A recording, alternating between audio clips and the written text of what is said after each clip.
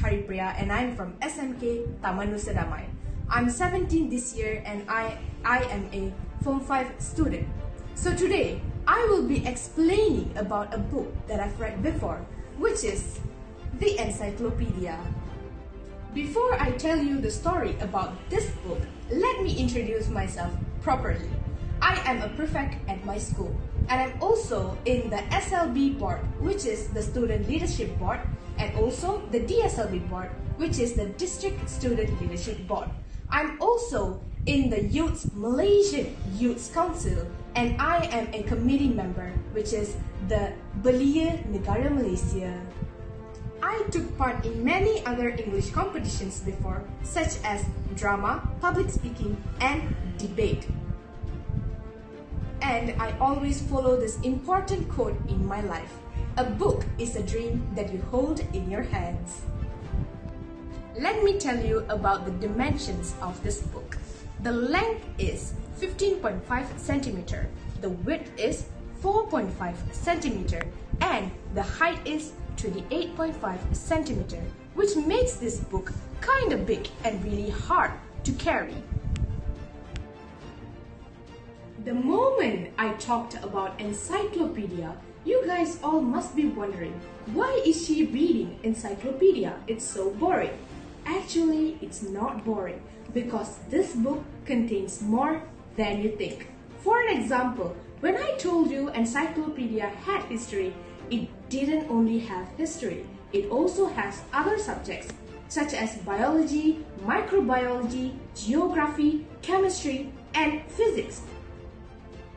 For an example, take a look at this. It has the nervous system inside our bodies. How cool is that? So that's why I chose to read this book. So today I'm going to be explaining to you about the most famous story I've read, which is the Napoleon story. Napoleon's full name is Napoleon Bonaparte. When he was 10 years old, he learned the Corsican and Italian language before he learned his own mother tongue language, which was the French. Napoleon was a French military and political leader. He rose to prominence during the war in 1815, which means he led a war with the British in 1815 and the years afterwards.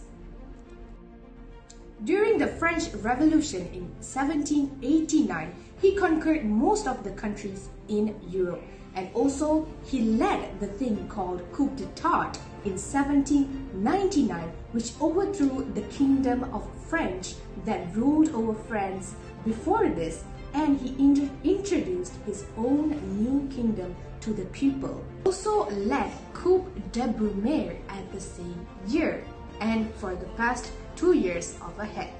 Now let's talk about revolution. What is revolution? Revolution is a 360-degree turn where someone starts a revolution and also they are forced to end the revolution. So that is where French Revolution began. Napoleon started his own French Revolution and he was the one who ended the revolution by his death.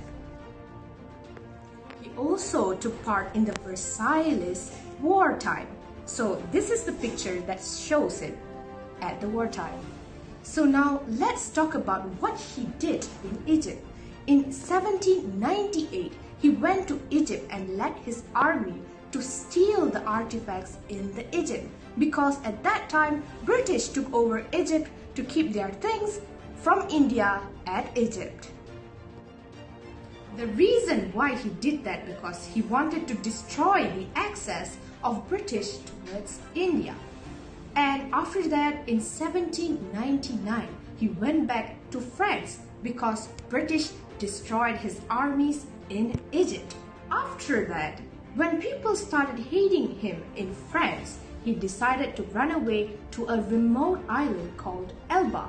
And there, he started to gain the people's trust by providing them with solutions and help in form of economics, the government issues, and education issues. So that's why the people at the island decided to trust him and to support him in order for him to become the next emperor of France. He gained the people's trust all over in France, including in the main city. So that's why in 1804, he suddenly became the emperor. Oh my god, that is a real surprise. I was surprised as well when I read this book. And after he became the emperor, he decided to emphasize on teenagers' education by providing them with quality education and building them new schools and giving them new books. The education emphasis is not for everyone, you know. It is only for the men in France. While the women, they did not get any emphasizing on education. And the Napoleon, he did not give many rights to the women in France. To be put in a small story, the women were treated as slaves in France because they are trusted to give birth to children and take care of them. They are not allowed to pursue their education and to go out and work for their own life. There are three main things that I've learned from reading this story. Number one, don't be greedy. Number two, be true to yourself and be honest.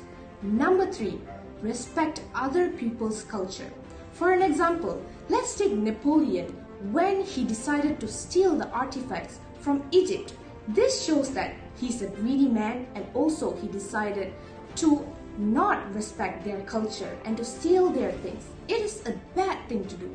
And also he was not honest with the villagers in the island called Elba. He decided to cheat them in order to become the Emperor of France in 1804. Now I'm going to tell you a famous quote by Napoleon. Never interrupt your enemy when he makes a mistake. This will end up causing you more troubles. Alright, that's it for today, and I hope you guys definitely will read any book during this MCO period. I also started to read this book during MCO period, and it made my school holidays really great and interesting. So thank you everyone, and goodbye.